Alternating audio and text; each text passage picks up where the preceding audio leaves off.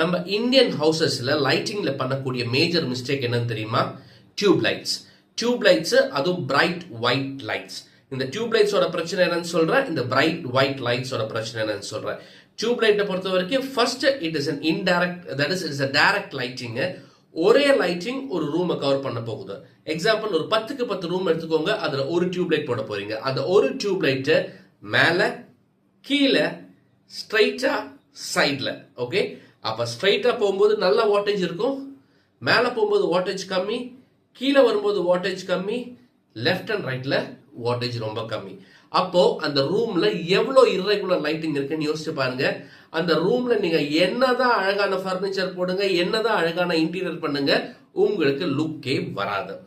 ஏதாச்சும் ஒரு 5 ஸ்டார் ஹோட்டல்ல, ஏதாச்சும் ஒரு 3 ஸ்டார் ஹோட்டல்ல பார்த்துருக்கீங்களா பிரைட் ஒயிட் யூஸ் பண்ணி? சரிங்களா? ஏன்னா பிரைட் ஒயிட் எல்லா பொருட்களையும் கொஞ்சம் டிம்மா தான் காட்டும். டிம் இல்ல, அதுல இருக்கிற பிரச்சனைகளை ஃபர்ஸ்ட் காட்டும். எக்ஸாம்பிள், ஒரு வால் இருக்குன்னு வச்சுக்கோங்களேன். அந்த வால்ல ஒரு ஒயிட் லைட் போட்டீங்கன்னு, ஒயிட் லைட் அடிக்கும் போது எப்படி தெரியுமா இருக்கும்? அதுல இருக்கிற டேமேஜஸ் தெரியும்.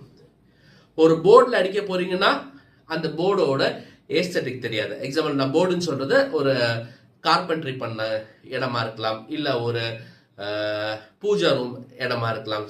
ஓகேங்களா? இந்த மாதிரி இடத்துல அது போடும்போது ரொம்ப ரொம்ப ரொம்ப லுக்கு கம்மியா இருக்கும். சரிங்களா? ஸோ இதனால ஒயிட் லைட் யூஸ் பண்ணாதீங்க. நாங்க கன்சல்டேஷன் பண்ணும்போது எங்க ஃபேக்டரிக்கு வரவங்களுக்கு நாங்க இதை சஜஸ்டே பண்ண மாட்டோம். சரிங்களா? இந்த ஒயிட் லைட் எல்லாமே எங்க கையில இருக்கு, நாங்க சேல்ஸ் பண்ணிட்டே தான் இருக்கோம். ஆனாலும் சொல்றேன், ஒயிட் லைட் போகாதீங்க, டியூப் லைட்ஸ் பண்ணாதீங்க. இன்னைக்கு அதெல்லாம் கம்ப்ளீட் அவுட் ஆஃப் ஃபேஷனா மாறிட்டு இருக்கு. நீங்க என்ன செலவு பண்றீங்களோ, ஒரு வீடு கட்டுறதுக்கு என்ன ஏஸ்தட்டிக்லாம் நீங்க செலவு பண்ணாலும், உங்க அந்த ஏஸ்தட்டிக் கண்டிப்பா இது ஸ்பாயில் பண்ணிடும்.